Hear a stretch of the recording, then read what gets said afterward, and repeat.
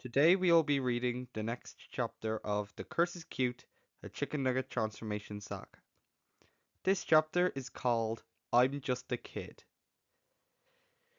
Just as a warning, it contains transformation, female to male TG, age regression, and mind change and or identity death. So if you are sensitive to any of these topics, please do not listen to this. This story was made by Narwhal, and it doesn't say it there, but it is 2048 words. Sorry, I forgot to put that in. So without that out of the way, let the story begin. October 11th. Sierra D. Poppins hadn't realized how quiet her life had gone until the silence started to hurt. Not in the loud, dramatic way people describe memoirs, not the kind of pain you scream about. No. This was the slow, creeping ache that lives in stillness. The kind that grows in dust and silence. The kind that only shows itself when you pause long enough to notice it. She was 36 years old and still slept in a twin bed. Same bedroom. Same bed frame. Same faded rose-patterned comforter she had since middle school, complete with a little tear near the bottom where the old tabby, Mr. Whiskers, had clawed through it in a fit of midnight zoomies. The wallpaper had faded from pink to beige and peeled in one corner behind her dresser like it was trying to escape. Her name, Sierra, was still painted in peeling white letters on the red mailbox outside. Her parents have never changed it. Neither had she. Sierra, more like cemented in place, Not because she was sentimental. Not really. She just never left. Sierra was once voted most likely to move to New York and forget us all, and she believed in it. It's all fun and games until New York rats come in. She'd circled art schools in catalogs, bookmarked internship listings, written letters she never sent. There had been plans, possibilities. But like so many people in towns like Elbrook, New Jersey, the kind of place where stoplights outnumber dreams, those plans never make it out of the folders. They stamp it out right next to the homemade jam. Her high school yearbook sat dusty and untouched at the top of her closet, next to crumbling photo albums and boxes of Beanie Babies she told herself would be worth something someday. She hadn't forgotten anyone. Not her classmates, not her parents, not the girl who kissed her behind the bleachers in sophomore year and then never spoken to her again. She just folded into the walls, like a quieter version of herself. No job worth writing about, no relationships she can name, no adventures big or small, just sitcoms where other people made mistakes and laughed about it later. Just nights spent half listening to her father explain the benefits of sticking to data entry. It's stable, sweetheart. Just drifting. She didn't cry much anymore. Didn't laugh much either. Didn't feel much of anything beyond a faint hum of static in her chest. She'd stopped making wishes. Or at least, she thought she had. Yeah, because wishes only gets you fishes. That night, her father was already asleep on the living room recliner. Soft snoring slipping through the floorboards. The house creaked with the warmth of old radiators. The, the fridge hummed faintly, offering no comfort. And upstairs, in the room she never escaped, Sierra sat at her childhood desk, knees tucked under her, elbows perched on the surface like a girl decades younger. A muted sitcom played on the TV in the corner. She wasn't watching. Her laptop screen glowed in the dark, casting soft light across the old Lisa Frank sticker still glued to her desk. She'd been aimlessly refreshing her inbox, not expecting anything, not hoping, just checking. Then, an email. Her eyes flicked to the corner of the screen. A new message. From BZ.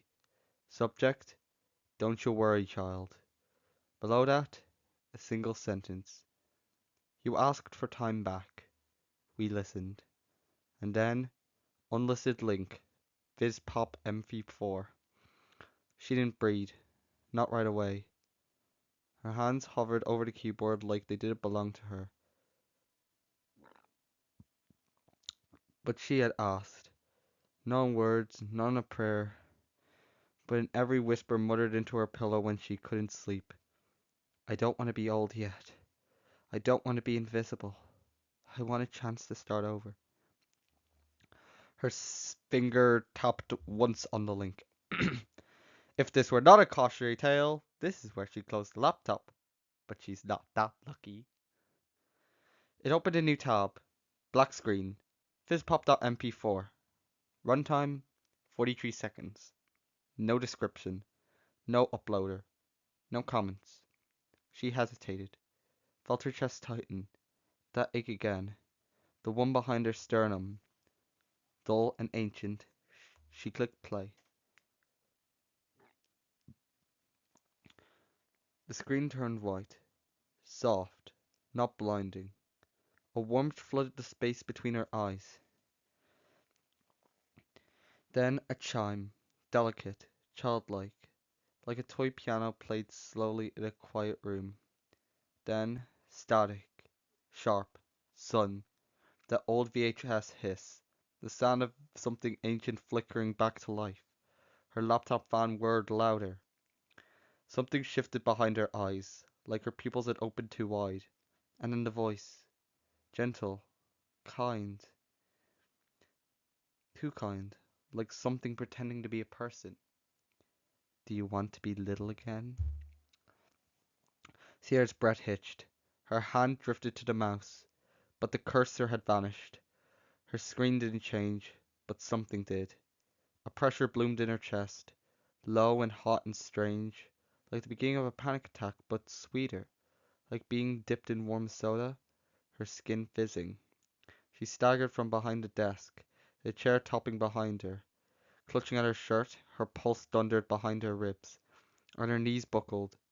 The video didn't end, it didn't fade, it just opened, like a seam tearing loose behind her eyes, like a zipper unfastening in her soil, like the word exhaling and deciding she didn't get to be the same anymore.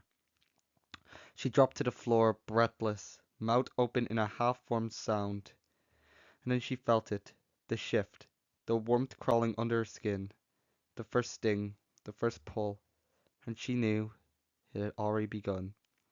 At first it was comforting, like warm bath water, but it crawled outwards, prickling, catching fire beneath her ribs. She gasped, staggering back from the desk, clutching her shirt, her pulse hammering, and that's when the pain began. Spoiler, it does not involve therapy. This is not turning red. Her fingers softened first, not breaking but melting, curling into sticky nubs. The keratin fizzled away as her fingers began shrinking themselves. One joint at a time popped and cracked as the bones drew inward, her palms puffing into small round shapes. The nightgown she wore began to swallow her whole. The sleeves past her hands slid out until only plush little nubs poked out. Hand model opportunities? Zero. Her knees buckled. She dropped hard to the floor. The wind knocked out of her, but the yelp escaped her mouth wasn't hers. It was high, bright, too small. And the world around her, her room, her chair, her desk, loomed larger and larger, like everything had stood up while she stayed seated.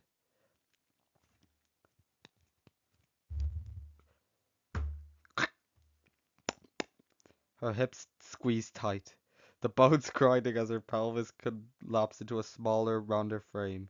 Her breast shrank, becoming flat on her chest. Her ribs folded like paper, her waist cinching as her torso inflated into a cartoonishly soft plush shape, a belly that glowed faintly from within, red and brown. Is he orange? I think he's orange. The pressure was excruciating. It felt like the air had been sucked out of her lungs, then replaced with something sweet and stinging, like soda bubbles scraping the inside of her chest. She tried to scream, but what came out was a giggle. Bubbly. Automatic. She said she'd always needed more support, and this isn't what she meant.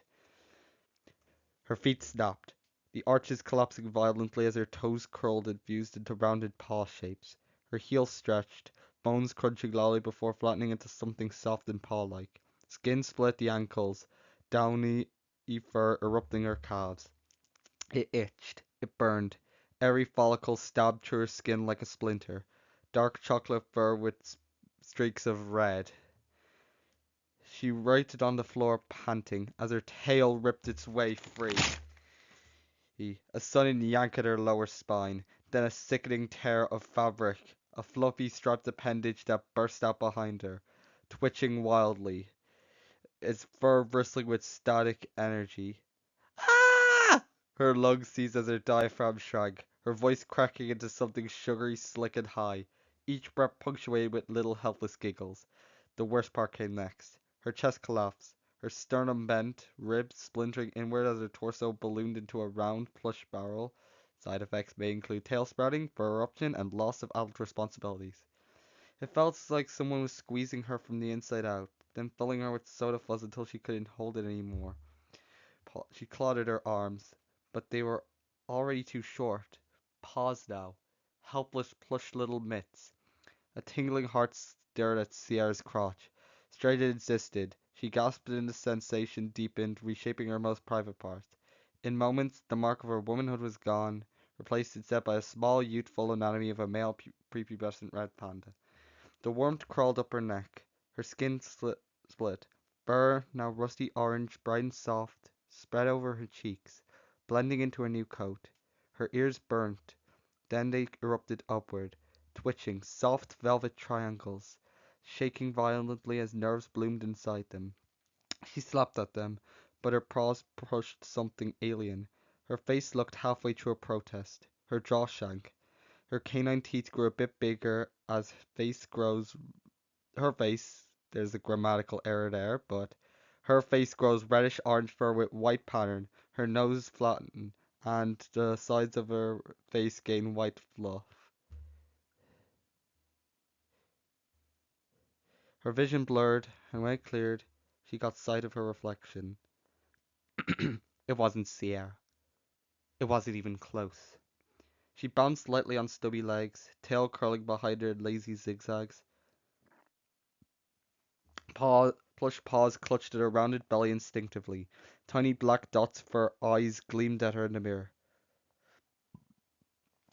Chubby cheeks, fur shining, a little giggle escaping without permission. Who needs a pet when you are one? And it didn't hurt anymore. The gray weight of 36-year-old dissolved into candy-colored bubbles. She felt light. Her body began to shimmer, flattening into 2D, black outlines sketching her into something permanent. Her nightgown pulled around her on the floor. Her name, that old heavy name, cracked into static. Like that other Sierra? You know, Sierra Mist? Yeah, it fizzled out too. Personally, I'm a more Vago anyway. And with that, something snapped inside. Sierra's brain didn't just change, it dissolved. The heavy static of 36 responsibilities, 36 years, all the clutter of taxes, regrets, responsibilities, and forgotten dreams melted like butter in boiling broth. Her thoughts bubbled, thinned, and stretched into something soupy and weightless. Logic and memory softened, noodles tangling where neurons once fired. Memories became vegetables, little chunks floating aimlessly. A carrot from her first kiss, a potato from her missed chances, herbs of laughter that used to mean something. Each piece lost sharpness, becoming flavor rather than detail. Her personality shimmered down, no longer complex, just warm and muddled. Sierra's brain wasn't a brain at all anymore. It was soup. Um, I I just think that the soup thing was just used as a joke for one or two episodes. No more Sierra the quiet one. The young red panda didn't plan. He pinged. He bounced. His attention span now ran on pure syrup and chaos, zipping from moment to moment like shaken soda can with a tap pop. He was energy. He was noise. He was movement. Cute enough to make ice cream flinch. Street legal, questionable. Adorable, guaranteed. Wild enough that even chickens died before scooping him up like a runaway balloon. And he hated it. He hated being the baby. Hated how they cooed at him. Hated how he treated him like a plush toy with a pulse. He wasn't just cute. He was busy, dang it. Unstoppable. Uncontainable. Explosive. Double TF boom. His lips curled into a smile, and he whispered, giggling, I'm not Sierra anymore. The last syllables fizzled out as his tail wagged, paws clapping. He bounced once, twice, then launched forward with a soda pop squeal. I'm Sody Pop! Best exclamation in the air. No contest. His words sparked in the air as the monitors flared wide, opening into a swirl of color. Soft, surreal, beckoning. The chicken nugget universe waited, warm and nonsensical. Sody bounced into the light.